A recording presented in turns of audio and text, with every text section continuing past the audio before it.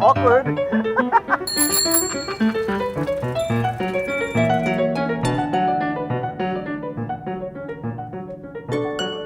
Woo! Good job, guys.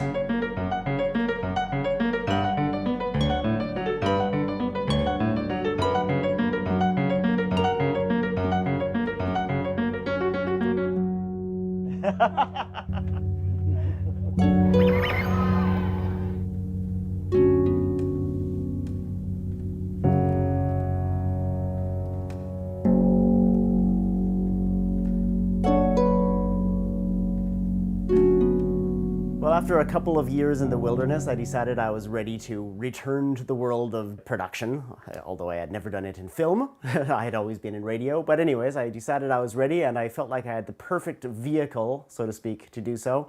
And that was these electric assist pedicabs that I operated for my quote-unquote day job. So I thought it would make for a very absurd little podcast series, but I'm an absurd little guy. So I decided to start pitching this project, which I called Bon Victoriage. And one of the more prominent places I pitched to was TELUS STORYHIVE, which were offering $12,000 for video podcasts.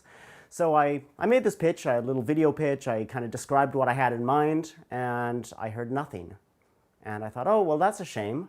I still would like to do this. So then I'm a member of this organization called Cinevic. And I was like, well, you know, they've got this pitch brunch, so to speak. It's a brunch where you pitch to established producers. And that's connected to, I believe the festival was called Short Circuit. So I basically thought, well, I'm going to poach the text from the StoryHive application I'd made and send it on to Cinevic for the pitch brunch. While I was doing that, I discovered that I had received funding. So I was like, oh my God, I have $12,000 to make this TV show. And that was the mood I was in, and this state of complete surprise when I attended the pitch brunch. And it definitely put me in a strong position to pitch this project because, you know, $12,000, which brings us up to date with David. Hi, David. Hi, how you doing, Johnny? Oh, great. Good.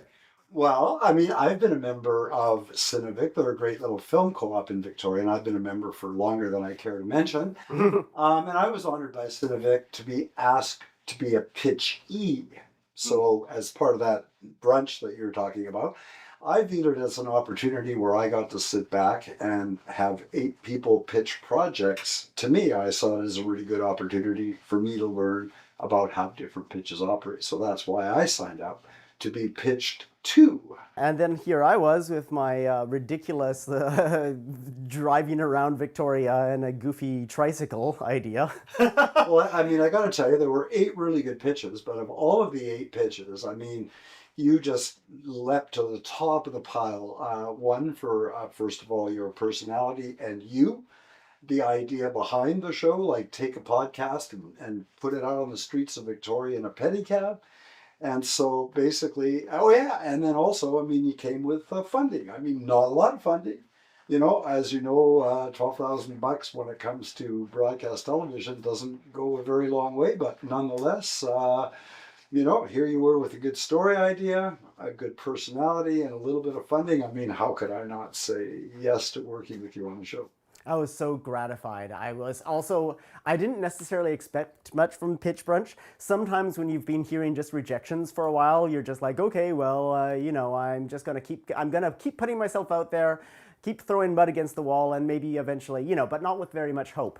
And then, so I had this double punch of like good news from StoryHive and then meeting you, and you were absolutely into the idea. You have lots of experience, 35 plus years in the game.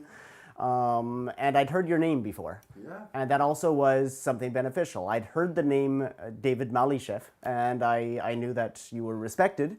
And so here you were, and you seemed to like what I was coming up with. So It was a great concept. And of course, then you presented me with a challenge, like how do I film that? How do I film on a Pedicab? yeah, because I'd never done any of this. You know, and Yeah. so basically it led me into doing research into like new camera technologies, and in the end we ended up building a little post that we mounted to the Pedicab, and on it we had basically 3 cameras. One, we were using a new technology, Insta 360 8K camera, which took in the whole Pedicab, and then we had individual shots of you with 2 other individual cameras. So we managed to get a 3-camera rig in the Pedicab as we traversed the streets of Victoria. And then we supplemented it with a handheld gimbal in another Pedicab, and sometimes we'd even put a pole cam, another Insta360 on the end of a big pole, and it made it kind of look like drone shots. So there were times that a little podcast had up to 5 cameras covered. So it was a challenge. How do we do this? How do we film this? And it actually worked out pretty well after a few initial technical little tricky bits. But And we could never have done it without my secondary pedicab operators as well. never could have. I mean, if it were for, we really did need it, because I mean, of course, we were in places where only bicycles and pedicabs can go. There's a lot of stories. There's a lot of really interesting stories behind the scenes of just kind of how we made this show and how we sometimes almost didn't make this show. And some of the people who know best how that happened are some of those secondary pedicab operators, because we couldn't have done it with only my one single pedicab. Honestly, not. We wouldn't have had the, you know, the shot of your pedicab in a wide shot. You know, it would have all been close and in tight on your pedicab. We would have never seen the big overall situation, you know, geographically where we were on the streets of Victoria and beyond. Yeah, right, and that's important because the Greater Victoria is one of the characters of the show. It's a big part of the cast. This show requires Victoria. It would be a shame if we didn't really get to see it. So, and now let's dive into the weeds as to season 1. We've talked about a few things, some misadventures along the way, but now let's talk a little bit about what that looked like with some of the secondary operators. You were the first secondary operator to appear on Bon Victoriage. Yeah.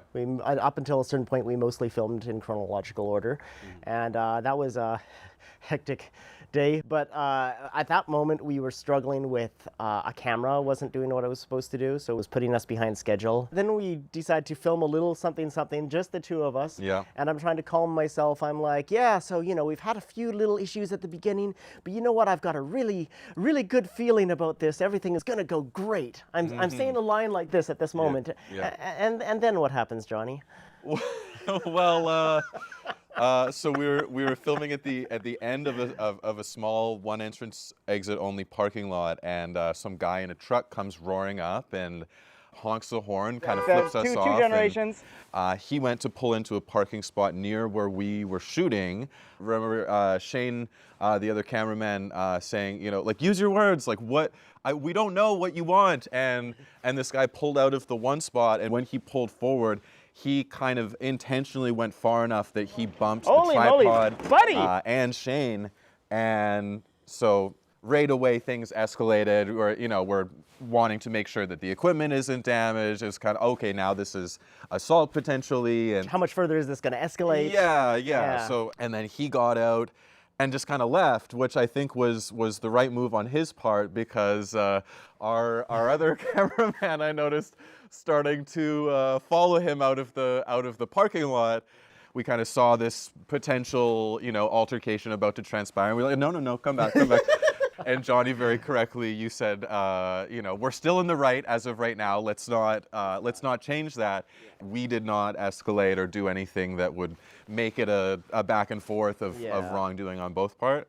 Of course, everybody's kind of thrown off by this. The cameramen were, on the phone with the police reporting this, and I mean, there was already nervousness. it was already, yeah. It was already nervous. And it's sort of really hard to bring the focus back to, like, okay, we're gonna calm down, we're gonna film. It was, we all still needed to debrief and we needed to process, but we were already into our filming time. We had other people that we were working with. It was, we're trying to operate within these time constraints, and so we ended up needing to do a second day of filming because we didn't get to everything in the first day. So we did that a week later. I do also have to say, though, some of this comes down to my amateurness. I didn't realize how much longer things take when you're filming than if you just kind of come with a microphone and you're recording for the radio. Yeah. So I also planned quite the day. So even if nothing had gone wrong, it would have been already Still gone over. quite ambitious. Yeah. Possible, but quite ambitious. Yeah. So it was, But it was interesting because, our two guests had more time to meet before we actually we showed up. Yeah. They'd talked long enough to realize that they were related, which Yeah. is the first thing we hear on the show, actually. So Awesome. yeah, I mean, at the beginning, like, we were all rattled, and you could definitely see it. We were all making kind of silly mistakes at the very, very beginning, but like, also, the temple was, in that sense, a great place to start, because it is a very calming, it is a very peaceful place. Yeah. So that was really nice. The second day, some equipment. The day started by some equipment going missing, and again, it was just like, and we were starting to wonder if it was a little bit cursed. Like, like what kind of strange energy is here? Yeah. Is every episode going to start with a police report? Right. Which is not something you want to be asking yourself Yeah. at the beginning of a burgeoning project. Yeah. But that is why you. Every episode, I chose a particular secondary operator because I felt like that operator would be perfect for the theme, for the topic, for the mood.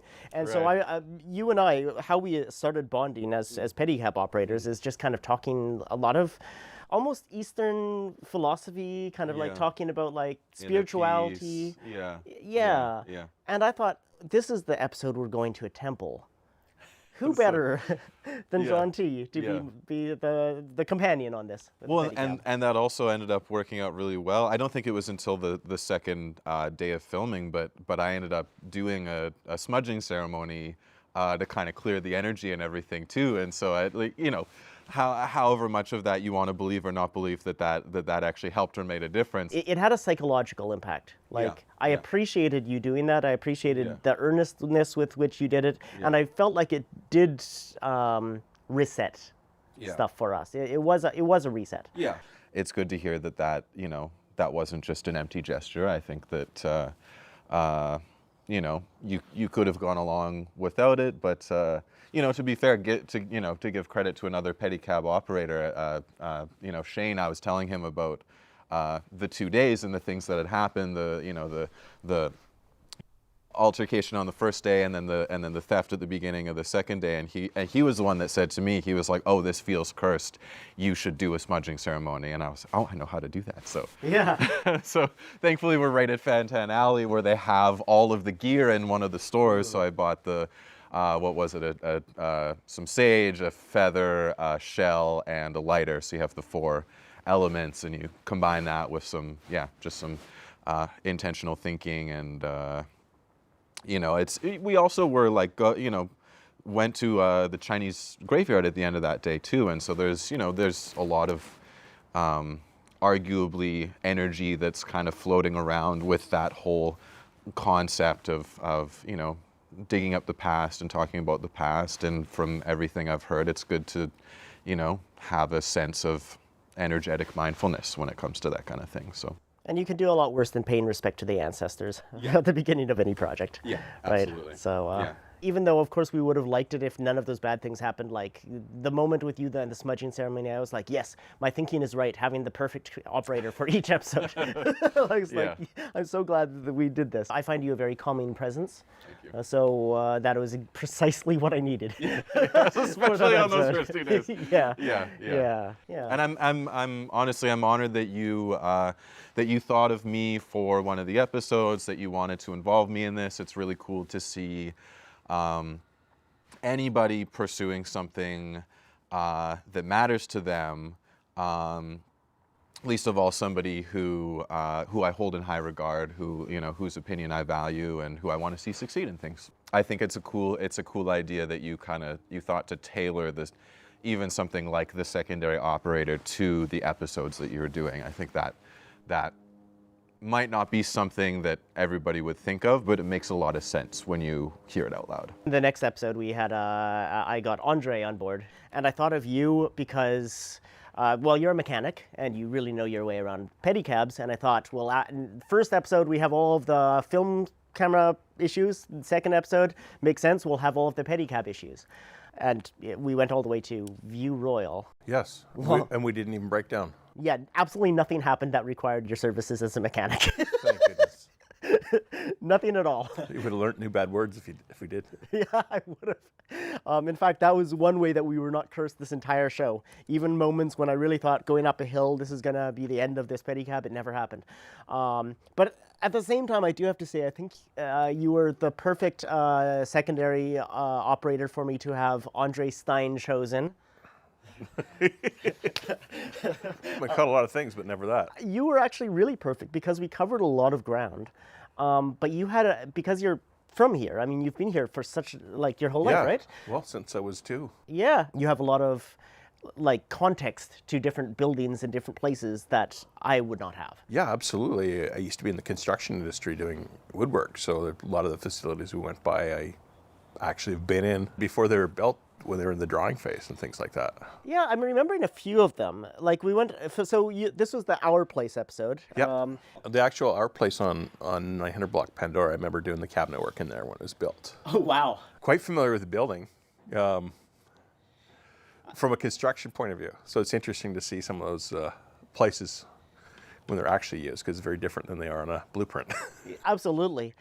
This was the one episode where I really sometimes off screen you would tell some stories and I'd be like, oh, I really wish we had Andre actually telling these stories, because like it was also a journey for you. Like part of what we're doing with this show is we're taking people on a journey around their Victoria, but it was also a journey around your Victoria because of your background. Well, yeah, well, and just growing up here, I mean, like, I can't remember what the facility was called, but where the old Boys and Girls Club was. Like, Yeah. It's like a facility I've been by hundreds of times, but never been inside, but seeing the changes happen to it in the media, and then actually going there, right? Yeah. And then the New Roads where he ended the show. You know, I recall, I've never been in it before, but I seen it on the blueprints many times. I remember bidding on the job. I didn't actually get the job, but I remember seeing it, and so it's kind of interesting. Okay, I'm there for the first time 20 years after it's built.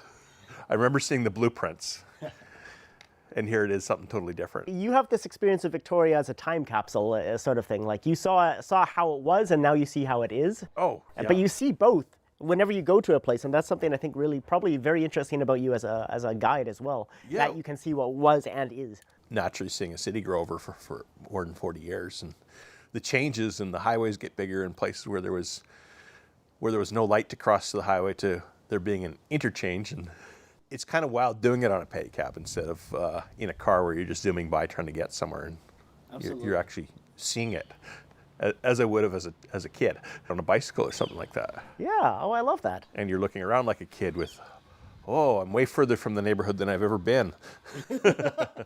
I hope my mom doesn't find out I went too far. That was actually quite interesting going all the way to View Royal. It was maybe not the farthest a pedicab has gone, but certainly the farthest I've ever gone on a pedicab. And well, definitely, I think it's definitely the farthest in that direction that anybody's gone in a pedicab in Victoria. This is the one time this has ever happened. That's kind of cool. Well, and I also think we wouldn't have done that if there wasn't the Galloping Goose bike path the whole way. Yeah, the Galloping Goose makes a huge difference. Because you wouldn't want to be doing the Highway 1 on a pedicab to get out there. No, absolutely not. Or even a secondary road would have been way too busy. Yeah, even the Galloping Goose had its issues. I mean, I remember that there were points where we had to go the long way around these kind of poles in the middle of the road, and I was worried that there would come a point that there'd be fence on either side, and we just couldn't get any further. We had no way of knowing until we... Yeah, no, it was wild. Like, there's about an inch of clearance for the pedicab to get through in a bunch of these spots. And You need the Batmobile where it can shrink. I know, The right? bad guys are after. But, you know, after some of the issues we'd had in the previous episode, that was a perfectly acceptable challenge to have to deal with. The episode did begin with something a little bit interesting happened. Grant wanted to give us this tour of, like, all of the whole graduated trip to recovery that people take, starting from ground zero. And so as soon as we were all set up, off we went to the place that you installed the cupboards. yes. Random trivia point. Yeah. And that, well, that went about as I suppose one could expect. Well, I didn't know what to expect other than anything could happen. I've actually I've pedicabbed through that block a few times in my career. Have you? Yeah. But it was a very different experience than rolling around that area with a camera crew. I think of all of us, Grant was almost the most shocked because everybody knows him there. Like, so he was just like, oh, no, it's fine. It's fine. You know, these people know me. These people know me. But the people didn't necessarily see who was on the cab so much as I guess they just thought that tourists were going around on the most inappropriate tour of Victoria. And Grant's talking about kind of what the our place facilities there offer, what they provide, and people start noticing us and they start kind of shouting at us. You know me. You know me. I work for our place. We're doing a thing for our place. It's Victoria finest place to be. Let's go a little bit further. We're filming for our place. It's our place. We're doing a thing for our place. This is for our place. This is for our place. And about half the people got it, but others just were kind of drawn, I guess, by the chaos. And I think the moment that worried us the most was when somebody threw a bottle. Hot showers. We're filming for our place. It became very clear that we were moving. Yeah, yeah. But definitely, like, especially in light of what had happened with the first episode, like this kind of, it was like, oh no, not again. You know, but I'm very happy to say that after that. No more chaos in Johnny's world. Not like that.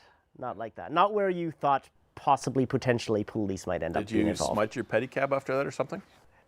Is that a joke? No. Did you smudge it? We smudged it right before then. We did that during the Chinatown episode. Oh. John Taylor did that, actually. You didn't know that? No. Wow. Yes, we smudged the pedicab. We actually did. And I think it really did make a difference. Yeah. Yeah. Certainly would have. Yeah, but it was a really interesting experience, and I was super happy to have you on board for that. Awesome. Well, it was definitely one of the most unique pedicab adventures I've had in over a decade. Hello. It's Jimbo, the drag queen. Hello, sister.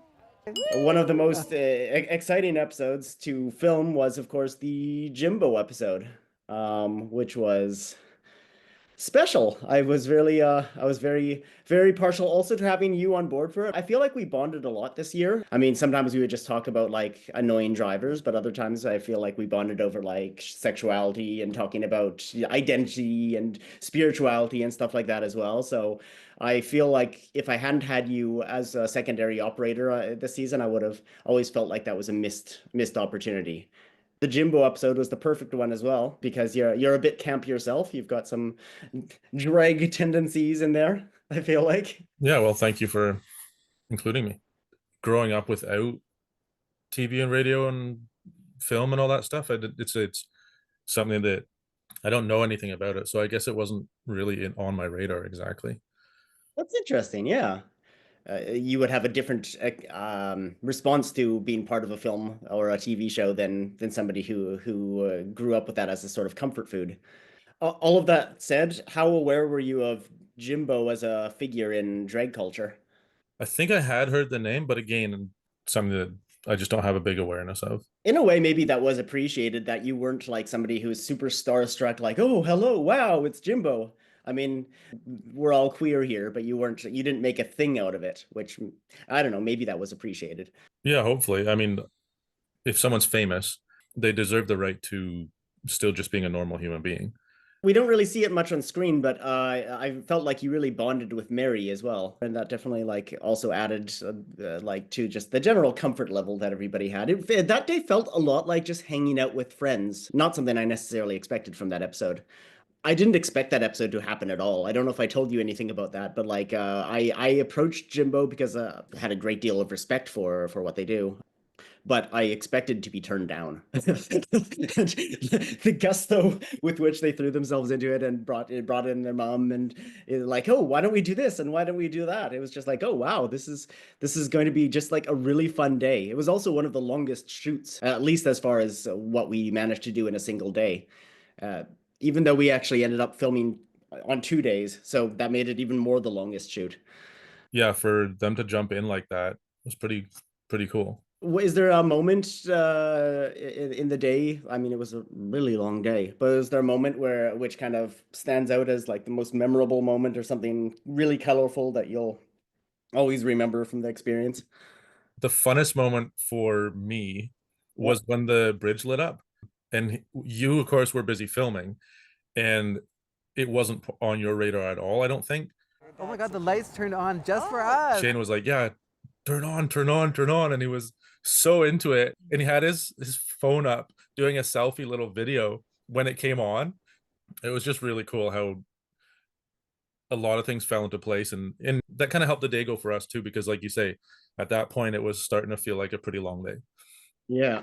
The funny thing is, I actually had not intended to be filming at all at that point. Something that happened that we don't really talk about on screen, but we got to Songy's point and we found out that Jimbo was double mic'd, and for some reason both mics were off, and we didn't know for how long that had been. And the conversation we had up to Songy's point was such a crucial and important part of the story, as well as the talk with Brady. So I arrived at Songy's point and I find out that maybe the climax, if you will, the big moment at the end of the episode might not have happened. So I was like, okay, well, I gotta have a plan B if there's nothing I can use. So that was why we kept talking and kept filming. And in the end, it was a little bit dodgy up at Songy's point, but basically recoverable. Awesome, awesome. Yeah, thank goodness. But like, what I think didn't necessarily come across on screen was just how absolutely desolate I felt about the possibility that like this kind of the most important moment in the episode might not have been recorded at all. And what with the sun setting and all of this happening, there wasn't the opportunity to refilm it. So I was just like kind of throwing dirt at the wall, just kind of hoping that like if that didn't work out, that something that I filmed on the way back somehow could, and then this moment with the lights is one of the best moments in the episode, and it leads to like some really interesting conversations, and it's just beautiful. It's visually very appealing. So it's almost like it all happened to the benefit of the ultimate episode, even if at that moment I didn't necessarily know that. I guess that's where your professionalism comes in. You're able to recover from it without it, like you say, without it showing up on screen at all. You just made it work. That is down to you having done this and knowing what you're doing. So that's pretty cool.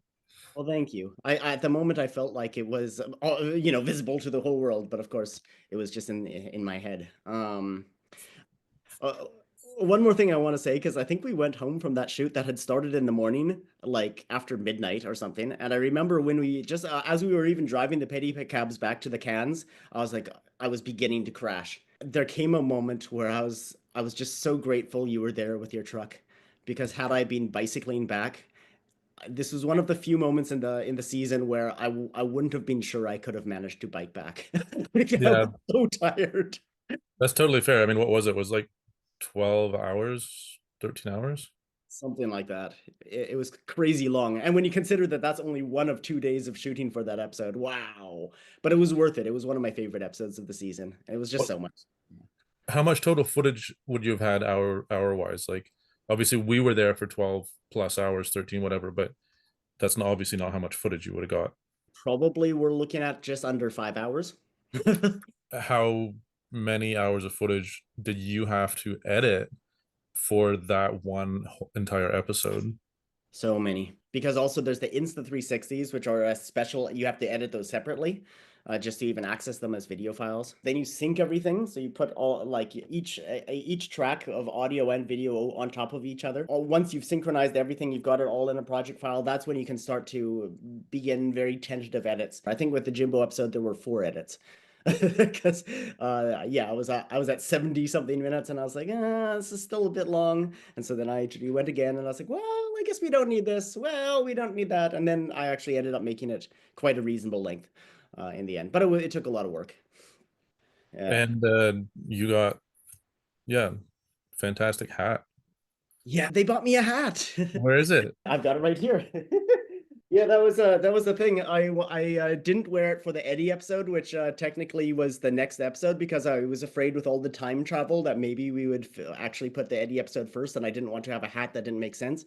But after that, I wear the hat every single episode. It's a really nice hat. Hats for everyone. It's for everyone.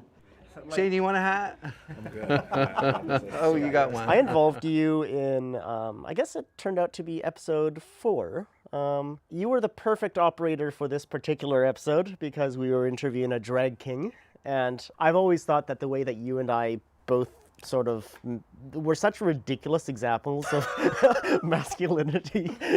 I mean, the mustaches, the ridiculous haircuts, like presenting this sort of character that you would expect to not necessarily be all that I don't know, progressive or literate, or but you know what I mean? Like, yeah. Like we present this one thing, and then kind of what comes out of our mouths. Yeah, well, sort of that surface level irony doesn't really come across until you actually know, I think, our sort of beliefs behind the irony. I think the way we perceive our presentation is very similar. I happen to look at it as a form of drag, whereas I think for you, you don't need that word. But ultimately, we do have a sort of similar idea about it. I thought you were the perfect person for a show lampooning masculinity.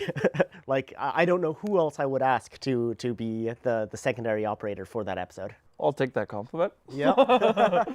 Now, we don't have so many misadventures to talk about for this particular episode, because No, it all everything... went very smooth. I was very impressed with you and your team. And Eddie as well. Eddie was fantastic. There's just nothing wrong. There's nothing wrong at all. So in a certain way, this is kind of a, there's not as much to talk about. So I thought I would instead kind of take this moment to kind of just talk about what these episodes meant for me. Not just the Eddie episode, but also the Jimbo episode. Since I've started, performing this, I actually do get a lot more mainstream acceptance from like guys and I guess you could say patriarchal society, which is really interesting because most of my life I actually struggled with being taken serious as a male because I didn't necessarily grow that much hair and I was a bit androgynous, a bit effeminate, didn't necessarily relate to masculinity per se in that sense. Bisexual, you know that. So like all of this stuff, it was something that was real for me, but it wasn't something that I had necessarily communicated to the broader world. So being able to do not one, but two queer episodes kind of talking about a community that I low-key identify with, one that I didn't necessarily always talk about, feeling like I belonged to. Sometimes I thought I didn't belong to, but being able to sort of, I don't know how else to put it, but coming out of the closet, kind of. I came out of the closet with two of my favorite drag performers, which for me was pretty wild. So there was a certain vulnerability in that for me. These two episodes were super important for me because they kind of spoke to my own identity, which is developing also during filming of the series. Are we twinning right now? If you ever want to do drag, hey, hit me up. The answer is yes. What did you know about the show coming in, and how did that sort of interact with your expectations? We've been friends for a while now, and so you were chatting about it and telling me the groundwork, and it just sounded very, very interesting, the whole thing. I think, especially the pedicab as a vessel for, we say podcast, but I think it's a bigger thing than just a podcast, right? You got that video aspect of it as well, and exploring the city. So I was excited about it, and I don't think skepticism is the right word, but I was just because it seemed like a very big project to take on, and then to see you do that and to see it work, I was very impressed, and even, seeing these individual lives and learning so much more about the people who make up these scenes was really neat to me, and especially I think, with Eddie really exploring the city with us and, showing places that meant a lot to them was really cool to see. I like the aspect that, like, even while exploring places that they know very, very well, they are also finding out things about the place through simply talking about them. Well, and I think that's another funny thing with the pedicab specifically, right, is so much of our business is tourism, but so many people who have been born and raised here or maybe are new here don't necessarily see the whimsical side of this city that is perfect to ride an oversized tricycle through, right? That brings out some of that whimsy, all these little funny places that maybe you wouldn't see otherwise. And I think even if you've lived here your whole life, you can get a new perspective on the back of an oversized tricycle with a pair of clowns with mustaches.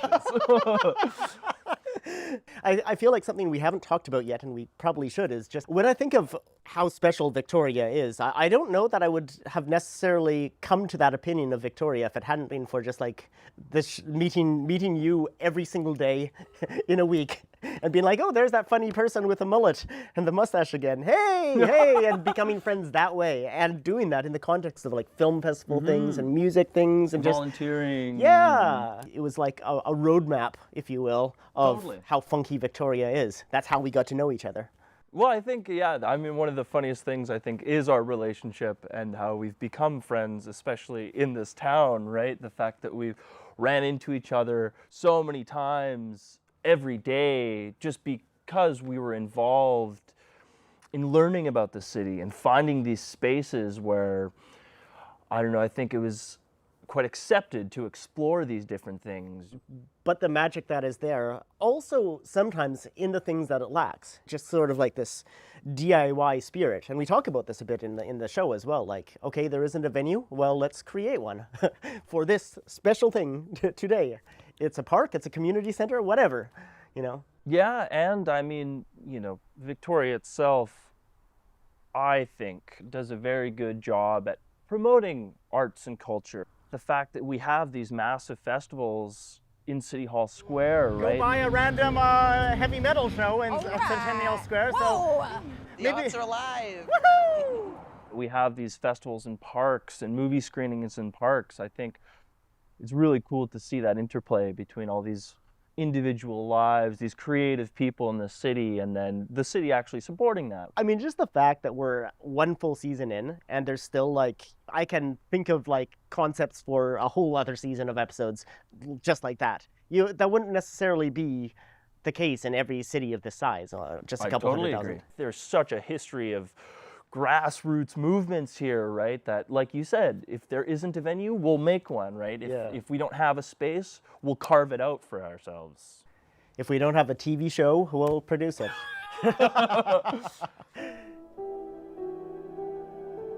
This was our first of the autumn run of episodes, so it had been a while, and then it was like, wow, the season's almost over and we still have so much stuff to film, so we kind of just got it all together, filmed 3 episodes in the week of good weather we had, and 3 episodes that week? 3 episodes that week, yep. Wow. So that was All actually right. 4 days of filming. That's a busy week. In my mind, we were going to be finished all of the actual shooting by like September 1st.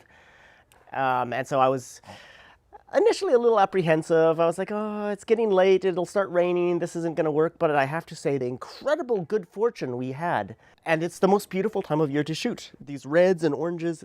Oh, it was gorgeous out, and we got just the perfect window. Yeah. So we were quite lucky in there, because I remember coming up to the week, like, okay, weather this week, not great. What's it supposed to do next week? We've got shoots to do. Yeah. And rain or shine. And that continues today, actually. Yeah, we're quite lucky, because I know we've got some bad weather coming up this week. You actually wanted to be a filmmaker yourself, isn't it? Yeah, I mean, I went to film school in Calgary for 2 years, graduated from the SAIT film program there, focused on writing, directing, producing, so basically I can't get a job.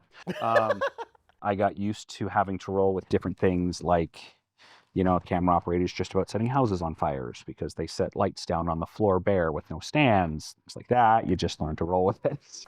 But yeah, I chose you because we are huge ghost fans. We used to do ghost hunting back in Calgary, paranormal investigations with a group there. So I'm not sure even when you told me that story if you knew that I was A, doing a TV show at all, or B, that I was doing a Halloween episode with John Adams. This may have just been in the spirit, haha, of the kinds of stories we tell each other while waiting for the cruise ships to disembark at the terminal. But at that moment I was like, okay, right, it's going to be Adrian. It's got to be Adrian. And then even when there was like some potential scheduling complications where it might have been potentially easier to go with a different pedicab operator, I was like, nope, you and John Adams go way back any further and it would be kind of in the nature of one of his ghost walks. So you may have heard some rumors of like the cursed effect that we had on the first episode. I'd heard. You'd heard. Stories. After that, it hadn't been very cursed for a while. Things had started going a lot more smoothly, but the Halloween episode was kind of the first episode in a while that I think one could legitimately say had a sense of being cursed to it. Oh, we were absolutely being played with by the spirits, in my opinion, on that day. There were too many things technically that are too reminiscent of my days when I used to paranormal investigate, with things being turned off and weird things happening with batteries. We had to actually reshoot a scene because one of the cameras that's attached to the pedicab just kind of moved itself away from what it was focused on. It's like, what? You know? So that happened, and so we had to reshoot that scene. What I will say, though, is, and I mean no disrespect to the spirits, but after everything we experienced in the first half of the season, this little camera issue. It's like, like, is that the best you can do? No, I shouldn't say that. Ooh, careful, Johnny. Don't challenge. Should not say that. I'm joking. That's playing with fire right there. What I noticed there was just that we had developed a certain resilience with experience. It was much easier to bounce back from those issues than some of the earlier issues. I remember just being absolutely shaken by things happening and it affecting my ability to present. And I felt like in the case of the Halloween one, it was kind of like, well, we've been doing this for long enough. We're kind of on a groove. This is not going to faze me. I think what we did with this season is we developed the blueprints for how a show like this can be made and made well. Yeah. Yeah. It's getting down to a formula now. Yeah. We can take moving forward. And I mean, at this point too, I got to give a bit of a shout out to TELUS. You know, I mean, TELUS and specifically StoryHive have really given people like yourself an opportunity to take an idea that nobody else is going to fund. And TELUS has been super supportive of taking ideas like this and many others and providing, you know, some seed money so that, you know, people get paid, maybe not full industry rates, but nonetheless, you know, they're actually earning a little bit of revenue for the work that they're doing. So big shout out to TELUS StoryHive. Here's the season 2, man. Yeah, here's the season 2. Woo! Good job, guys. Let's try that again. Action. Woo! Good job, guys. Woohoo! Good job, guys. No, I f***ed up. Woohoo! Good job, guys. We need to properly high five. Woohoo! Good job, guys. Woo! Woohoo! Good job, guys. I think that's the one.